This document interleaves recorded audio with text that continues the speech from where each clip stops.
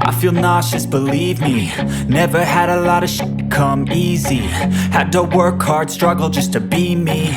Had to rise up just so they could see me. Did what I had to do just to feed me. And what was left over I put towards my dreaming. But the only thing in life that has meaning are the things you gotta work for, believe me. Take into your hands a plan. Your own hands can land your own brand. And damn, I feel like no one takes accountability. They want the credibility, convincingly unwilling to put in the hours it takes to get some power. Don't be f***ing sour. Take a cold shower. Scream until you're louder. Work until you're prouder. And f*** all the doubters, they're just your downers. I swear to God they all let me down. I always fought. Halo sahabat Kupas.com, hari ini kami kembali mengetes mobil listrik Wuling Air-EV. Jadi kalau misalkan di video-video sebelumnya itu kita udah sempat juga ngetes mobil ini. Pertama kita ngetes ini di Gias, waktu itu bersama rekan kita Gilang. Tapi waktu itu di tempat yang tertutup ya, maksudnya nggak ke jalan raya. Nah terus yang kedua kita juga sempat ikutin media drive dari Wuling bersama rekan kita Fatan. Waktu itu kita jalan dari Pondok Indah terus ke Pik, Sudirman dan juga ke Senayan.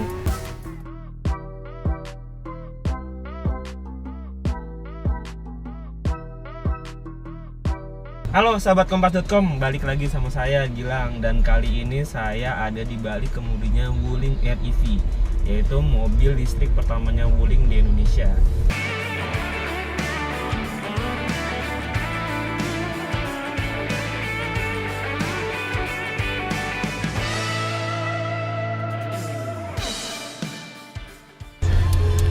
Ya kita udah nyampe Pik dan posisi mengemudinya sih cukup ya. Artinya buat gue yang posturnya 178 gampang banget nemuin posisi mengemudinya. Kalau misalnya saya berkendara dan seruannya kalian bisa lihat di video-video tersebut. Tapi untuk kesempatan kali ini saya lebih mau ngebahas lebih dalam soal kelebihan dan kekurangan apa aja dari mobil listrik Wuling Air-EV. Seperti apa ulasannya? Jangan lupa like, subscribe, share, dan komen pendapat kalian. Setelah ini kita akan langsung bahas kelebihan dan kekurangannya.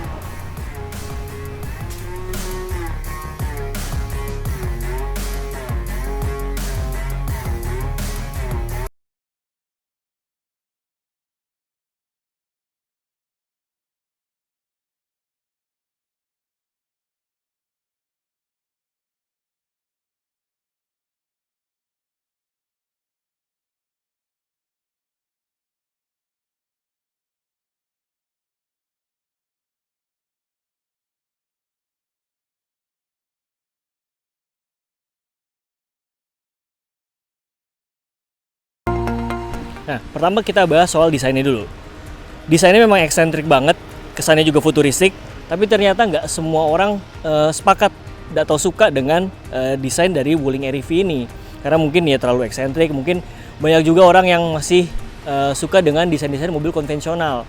Jadi memang kalau misalkan kita lihat dari media sosial Kompas Otomotif, banyak juga yang bilang nggak terlalu suka dengan desain mobil ini. Tapi itu masalah selera, bisa perdebatkan lebih jauh lagi. Sekarang kita bahas ke bagian sampingnya yuk. Nah, Wuling Air-EV ini dia pakai ban ukuran 12 inci, teman-teman. Ini profilnya 145/70, ring 12. Nah, ini ban ini jarang banget masih di pasaran. Apalagi untuk ukuran mobil ya. Dan terus ditambah lagi ini mobil listrik. Nah, ban ini dikembangkan khusus memang untuk mobil listrik. Nah, sementara sekarang belum ada di pasaran produsen ban yang mengeluarkan ring 12 untuk mobil listrik. Tapi nggak menutup kemungkinan kedepannya akan ada produsen ban lokal yang mengeluarkan ban dengan ring 12. Tentunya kalau penjualan mobil ini bagus. Nah, keunggulan dari mobil Air-EV ini dia ada di bagian ground clearance-nya. Mungkin memang kesannya mungil, kompak banget, tapi secara ground clearance dia sebenarnya nggak jauh berbeda dengan mobil-mobil pada umumnya. Tapi konsekuensinya nanti ada di bagian dalam. Nanti kita bahas lebih lanjut lagi. Sekarang kita ke bagian belakang yuk. Nah, bagian belakang juga menurut saya masih ada kekurangan ini. Karena dia nggak dilengkapi dengan wiper. Jadi kalau misalkan bagian belakang kotor atau mungkin kacanya berembun, ya kalian harus turun sendiri untuk ngebersihin sendiri nih. Jadi ya masih kurang praktis lah. Nah, ini di bagian belakangnya nggak ada wipernya nih. Nah, terus di bagian kacanya kalian bisa lihat ada 3 garis merah ini. Kelihatannya seperti defogger seperti pada mobil-mobil pada umumnya nih. cuman dia cuma ada 3 garis doang.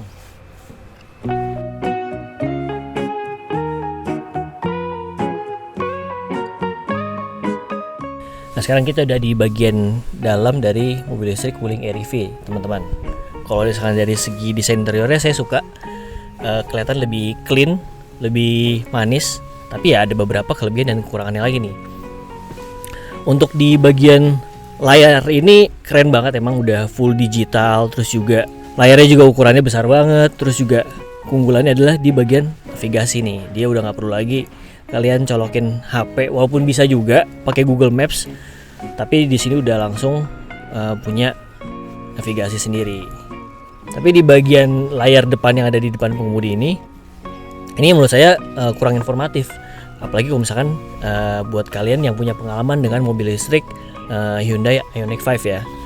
Ini untuk di bagian depan ini nih udah ada memang kapasitas dan juga sisa jarak tempuhnya berapa. Seperti sekarang ini ada kapasitasnya 68% dan juga jarak tempuhnya 198 km. Nah, tapi kalau misalkan di Ioniq 5 itu dia ada juga jarak tempuh dan juga kapasitas baterai. Tapi dia ada dua macam. Ada yang pakai AC dan juga tidak pakai AC. Nah, itu kalau misalkan pakai AC jarak tempuhnya misalkan sekian 300 km. Tapi misalkan AC dimatikan, dia jarak tempuhnya bisa bertambah. Nah, sementara di Air-EV ini kalian pakai AC atau nggak pakai AC, dia jarak tempuhnya tetap sama. Nah, itu saya nggak tahu nih dia sistemnya bagaimana, ngambil kekuatan dari AC-nya itu ngambil dari baterai langsung dari mobil atau dari aki. Nah, ngomong-ngomong soal AC, untuk di Wuling Air-EV ini juga sedikit berbeda dengan Ioniq 5 nih lagi-lagi. Kalau misalkan di Ioniq 5 kalian masuk mobil, nyalain, dia udah bisa langsung nyalain AC-nya. Jadi kalian bisa ngadem di mobil. Nah, tapi kalau misalkan di Air-EV ini dari keadaan mati kalian masuk ke dalam mobil, itu kalian nyalain AC yang nyala cuman kipasnya doang. Jadi AC-nya belum dingin. Nah, kalian harus jalan dulu beberapa meter baru ntar AC-nya aktif. Jadi kalau misalnya nggak mobilnya mati kalian mau ngadem langsung, ya itu nggak bisa karena cuman kipasnya doang, tetap gerah. Nah sekarang membahas dari posisi berkendaranya nih teman-teman. Nah karena tadi saya udah jelasin di luar dia posisi ground clearance-nya agak tinggi. Cuman konsekuensinya di bagian dalam nih, dia bagian lantainya jadi agak tinggi. Nah untuk saya yang berpostur 157 cm masih oke-oke aja, masih fine aja. Untuk posisi mengemudi masih cukup ergonomis. Jarak dari setir juga nggak terlalu bermasalah, terus juga jarak kaki ke pedal juga nggak bermasalah. Tapi untuk pengemudi dengan postur tubuh di atas 170 cm mungkin agak sedikit kurang nyaman, karena kalau misalkan joknya dimajuin, jarak tangan ke setirnya ergonomis, tapi di bagian kakinya jadi lebih sedikit menekuk. Sementara kalau misalkan kakinya disesuaikan, jarak dari badan ke setir jadi lebih jauh. Itu sih menurut saya kelebihan dan kekurangan dari Wuling Air-EV ini dari segi posisi mengemudi. Nah ini salah satu kekurangan di Wuling Air-EV nih teman-teman. Dia jarak dari pedal gasnya ke dinding nih rapat banget. Bikin khawatir juga sih nih apakah bakal nyangkut atau enggak nih. Apalagi juga bagian karpetnya juga tebel gini nih. Tapi so far sih aman, cuman ya agak was-was aja nih. Oke, kita udah bahas kelebihan dan kekurangan Wuling Air-EV ini dari luar juga ke bagian dalamnya. Nah setelah ini kita akan sekalian ngetes rasanya apa sih macet-macetan dengan Wuling Air-EV ini. Selain itu juga saya akan coba ngisi baterainya juga. Kita akan lihat dia membutuhkan biaya berapa untuk mengisi sampai 100%.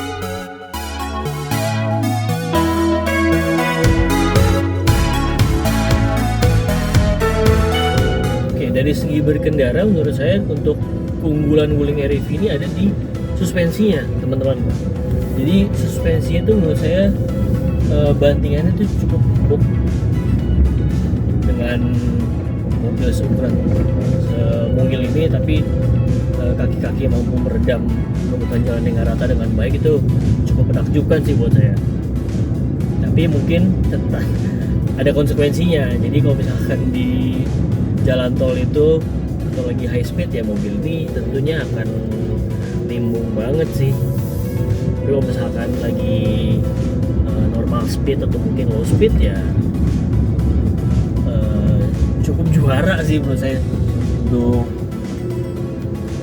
kemampuan suspensinya meredam permukaan jalan yang nggak rata ini. Kelemahan lainnya dari Wuling Air-EV ini adalah berbeda nih dari mobil listrik lainnya yang pernah saya coba khususnya.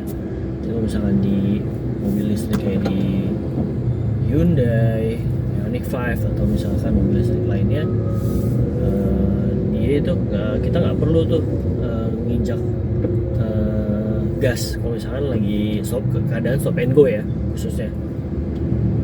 Jadi kalau misalkan kita ya kayak mobil Matic pada umumnya, jadi misalkan lagi keadaan macet ya cukup kaki di pegangan rem aja, atur laju mobilnya. Tapi kalau misalkan di Wuling Air-EV ini kalian harus pindah-pindah kaki nih, jadi dia nggak bisa kalau misalkan kalian lepas gas ya mobilnya akan diem aja. Kalau misalkan di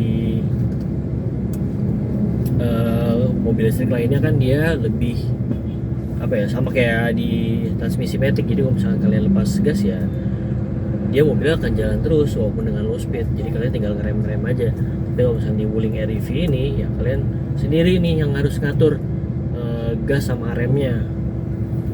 Jadi itu sih menurut saya agak salah satu ya kekurangan, jadi kurang ya bisa dibilang kurang praktis sih. Nah nih sahabat kompas.com, saya lagi ada di SPBU Fatmawati, terus juga mau isi listriknya dan isi baterainya. Tapi ini ngantri nih. Ini lagi ada Wuling Air-EV juga lagi ngisi, terus juga di sebelahnya ada Hyundai Ioniq 5. Nah, kita mau isi dulu. Oh ternyata dia udah selesai teman-teman. Jadi kita bisa gantian, karena kalau misalkan sekarang ini kondisi infrastruktur ini ya charging station ini terbatas. Jadi kalau misalkan sudah ada 2 mobil listrik yang ngisi baterai ya udah, kita mau nggak mau harus cari tempat lain atau ya rela nunggu berjam-jam dulu sebelum tiba waktunya kita isi baterai. Nah ini kita mau isi baterainya dulu. Sekarang masih ada di 41%, masih bisa melaju sampai 123 km lagi. Tapi kalau misalkan sebenarnya masih oke buat saya pulang nih ke arah Depok dari Jakarta Selatan nih. Tapi kayaknya kalau misalkan kita tunggu sampai baterainya berkurang lagi, ngisinya lagi nanti butuh waktu lama. Jadi mending sekarang kita isi dulu. Nah ini dia charging stationnya. Oke, ini mau isi baterainya dulu. Harus pakai konverternya, kalau enggak nggak bisa di-charge ya Pak ya? Ini yang ke mobil ya? Iya. Oke. Sampai mentok Bos. Kalau bisa cetek. Udah. Jadi tadi di layarnya pasti 41%.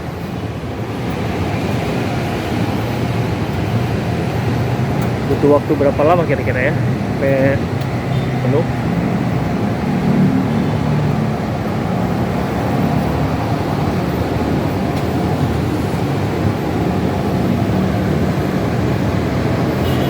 Ya, udah masuk. Coba dicek dulu. Oke, kita cek ke dalam mobilnya. Oh sudah ada tulisan charging. Ini lagi charge 21% charging. Oke.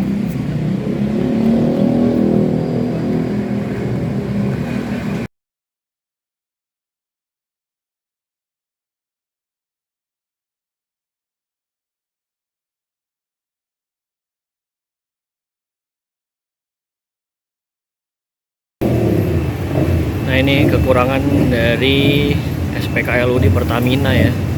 Di beberapa SPKLU itu lokasinya ditempatin nggak di bawah atap.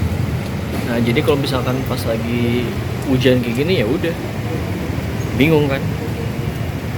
Nah ini hujannya untung nggak deras-deras banget.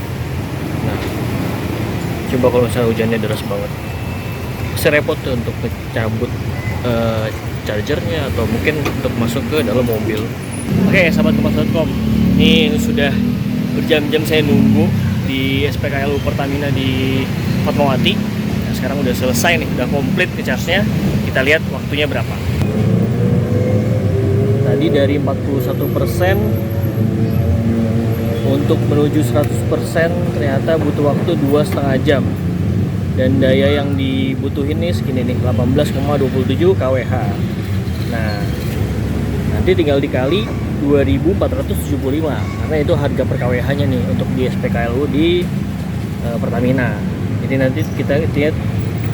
nanti tinggal kita kali 18,27 dikali 2.475. Oke, sahabat Kupas.com, tadi saya udah charge Air EV ini. Tadi kan sisa baterai di MID-nya masih ada 40 sekian persen, 40% lah. Terus sudah di charge sampai 100%, berarti udah kurang lebih ada 60% yang daya yang mesti diisi nih. Nah, ternyata tadi pas di charge pakai charge AC itu butuhin daya 18,27 kWh. Nah, harganya per kWh ini adalah 2.475. Jadi jika dikalikan nih 18,27 dikali 2.475 itu hasilnya adalah jangan salah 45.218. Nah, untuk range-nya nih tadi sebelum di charge itu range-nya masih ada di bisa melaju sampai 160 km lagi lah, kurang lebih 160 kiloan. Nah, sekarang udah bisa melaju sampai 300 kilo. Berarti dia nambahnya 140 kilo. Nambah range-nya. Nah, untuk nambah range 140 kilo cuma butuh uang 45.200. Nah, bayangin kalau misalkan kalian pakai mobil biasa ya, mobil mesin konvensional 140 km itu butuh bensin berapa liter? Nah, tinggal dikaliin lagi kalian pakai bensinnya apa, RON 90 atau 92. Tinggal dikaliin tuh 140 km, dikaliin lagi harga per liternya. Nah, tentu memang bedanya jauh banget ya, dari hanya 45.000 kalau misalkan pakai bensin RON 92 pasti dikali 140 tuh harganya beda signifikan banget lah. Ya itu tadi keuntungan dari memakai EV. Bener-bener irit banget. Tentunya kita juga mengulas bagaimana kenyamanan di baris kedua REV. Kebetulan ada rekan saya Adityo, videografer Kompas.com yang ikut dalam pengetesan ini. Halo teman-teman, nih kebetulan saya juga duduk di belakang nih. Doni lagi nyetir. Tinggi lu berapa, Don? Nah, Doni kebetulan tingginya 157 cm. Saya ini 172, duduk di belakang. Lega teman-teman ya. Ini masih ada space lumayan nih. 5, 6 jari, 7 jari lah. Tapi ya bagasi jadi tetap kecil sih ya kalau kita ada penumpang di belakang. Terus nggak ada charger juga, benar-benar cocoknya buat anak kecil sih duduk di belakang sih. Tapi kalau masih ada orang dewasa yang duduk di belakang, contohnya seperti saya ini tinggi 172 cm ya masih bisa juga. Wuling REV memiliki dimensi yang cukup kompak. Panjangnya 2.974 mm, lebar 1.505 mm, dan tinggi 1.631 mm, serta jarak sumbu roda 2010 mm. Sehingga saat diajak melewati gang yang sempit sekalipun, seperti dalam video ini, tidak perlu was-was.